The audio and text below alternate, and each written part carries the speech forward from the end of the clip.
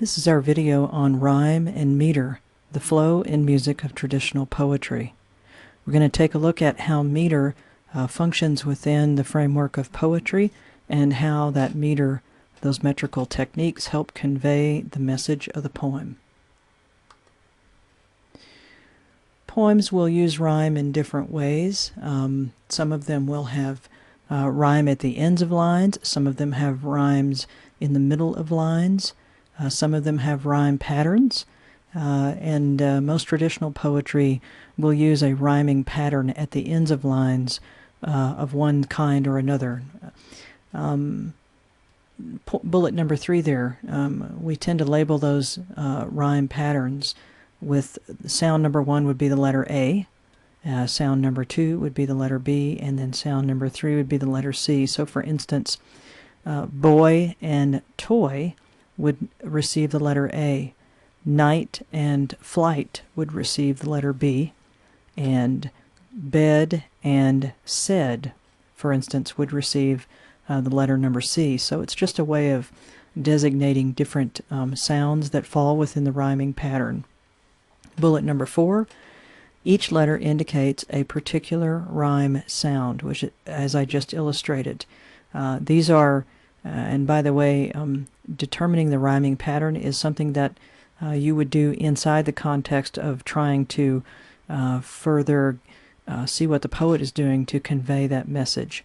So you put those letters in parentheses at the ends of the lines just to see what the poet is up to. And the last bullet here, sometimes the poets will use a variation of those rhyming techniques, just depending on the requirements of the form and also perhaps what the poet is actually trying to get across. You will often see a lot of manipulation of rhyme scheme in modern poetry. Some modern poetry, in fact, a lot of it, you won't even see end rhyme patterns on the ends of lines. Meter indicates the rhythm of a line of poetry. We show this by indicating which syllables are stressed and unstressed, and that process is called scansion. So you're scanning the line of poem and marking those metrical feet, and a foot is the smallest unit of poetry. We're going to talk about that in a second.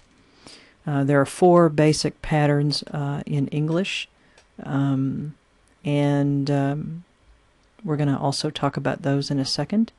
And free verse, which we tend to associate with modern poetry, does not use a regular meter as a way of indicating its line feet. Free verse poetry is just as the name implies. It can say just about anything that you desire in the framework of a manipulation of meter as the poet sees fit, whereas formal poetry requires you to adhere to certain metrical patterns. Okay? Let's talk about meter types for a second. I'm going to show you what I mean here. The most common one in English is called iambic, the very top bullet here. It's one unstressed followed by one stressed syllable. So, da-da. And so we're going to use the hyphen mark to indicate an unstressed and the slash mark to indicate a stressed syllable. So an example is the word today. That's one iambic foot.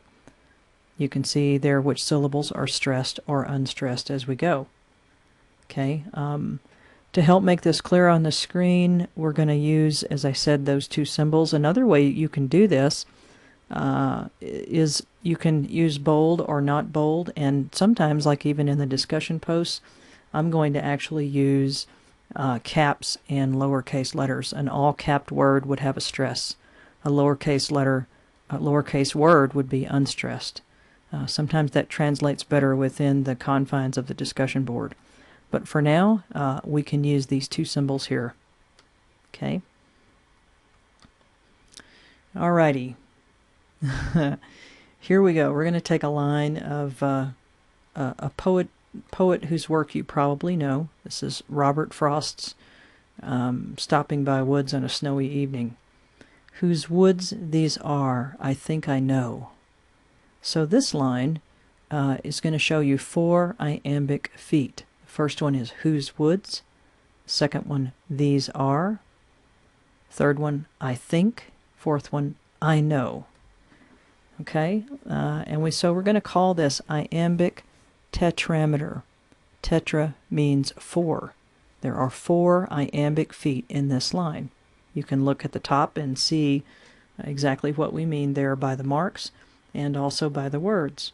So, and keep in mind that, you know, the fancy ways of denoting this sort of rhythm are, you would use them in a formal discussion of poetry. So, and again, let me remind you that meter is never divorced from the message. So anytime you decide to talk about meter, you have to talk about it in terms of what the poet is doing to convey the message.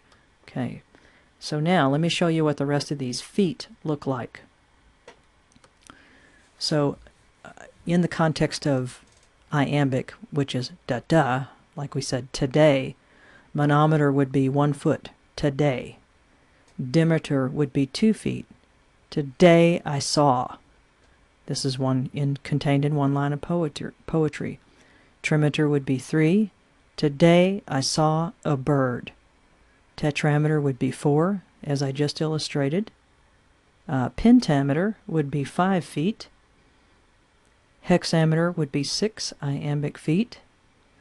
Heptameter would be 7 iambic feet. And octameter would be 8. Again, you will use these terms in a formal discussion of the metrics of poetry. All right. Now, I'm going to give you some tips here for learning how to use scansion. The first thing you need to do is to listen to the poem. And what I mean by that is read it aloud. Okay? You can often hear the meter with just a little bit of practice. Bullet number 3, listen while someone else reads the poem.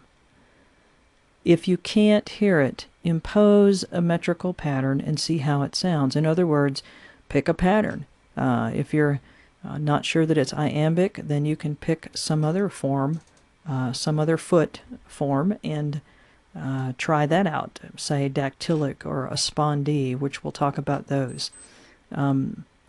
Practice this by writing the lines out with the marks. You can also, as I said, you can do that in the discussion area.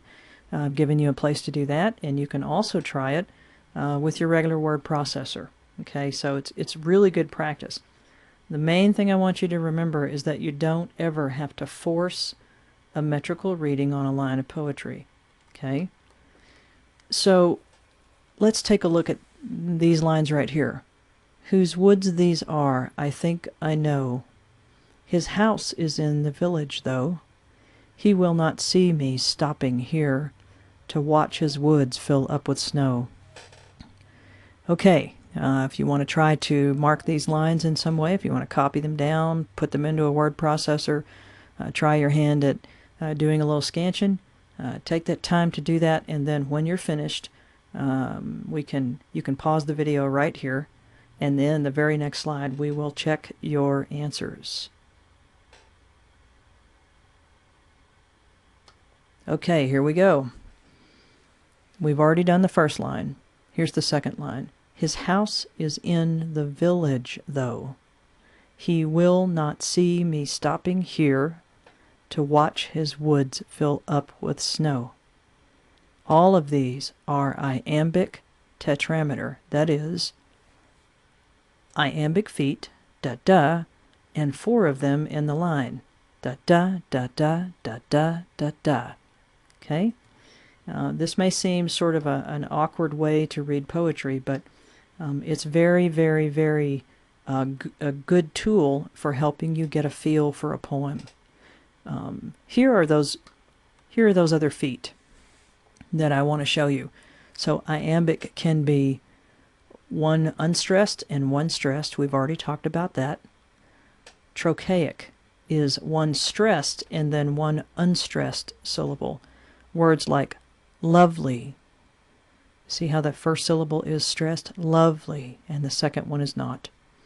An anapestic would be 2 unstressed and then a stress.